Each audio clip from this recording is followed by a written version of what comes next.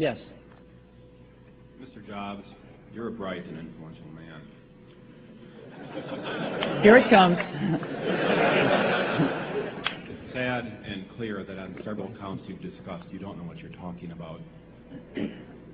I would like, for example, for you to express in clear terms how, say, Java, in any of its incarnations, addresses the ideas embodied in OpenDoc. And when you're finished with that, perhaps you could tell us what you personally have been doing for the last 7 years.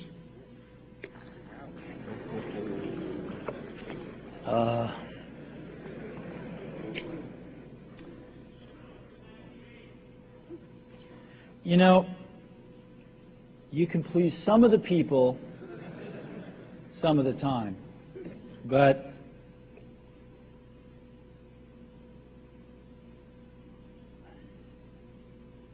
one of the hardest things when you're trying to affect change is that people like this gentleman are right in some areas. I'm sure that there are some things OpenDoc does, probably even more that I'm not familiar with, that nothing else out there does. And I'm sure that you can make some demos, maybe a small commercial app that demonstrates those things. The hardest thing is, how does that fit in to a cohesive, larger vision that's going to allow you to sell $8 billion, $10 billion of product a year? And one of the things I've always found is that you've got to start with the customer experience and work backwards to the technology.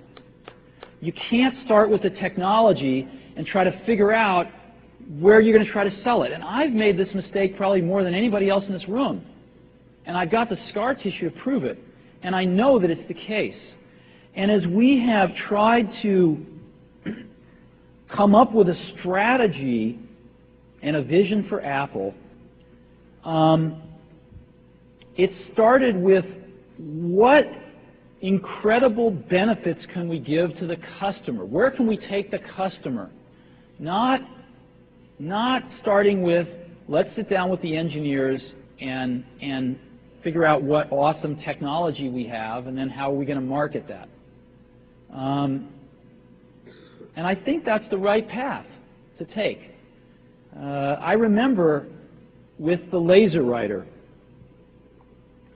we built the world's first small laser printers, you know, and there was awesome technology in that box. We had the first Canon laser printing, cheap laser printing engine in the world, in the United States here at Apple. We had a very wonderful printer controller that we designed. We had Adobe's PostScript software in there. We had AppleTalk in there. Just awesome technology in the box. And I remember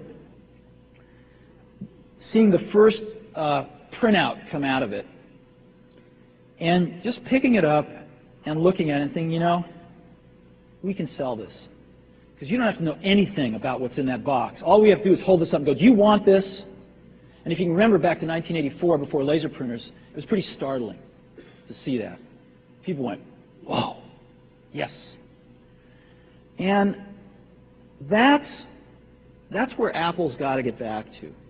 And, you know, I'm sorry that OpenDoc's a casualty along the way, and I readily admit there are many things in life that I don't have the faintest idea what I'm talking about.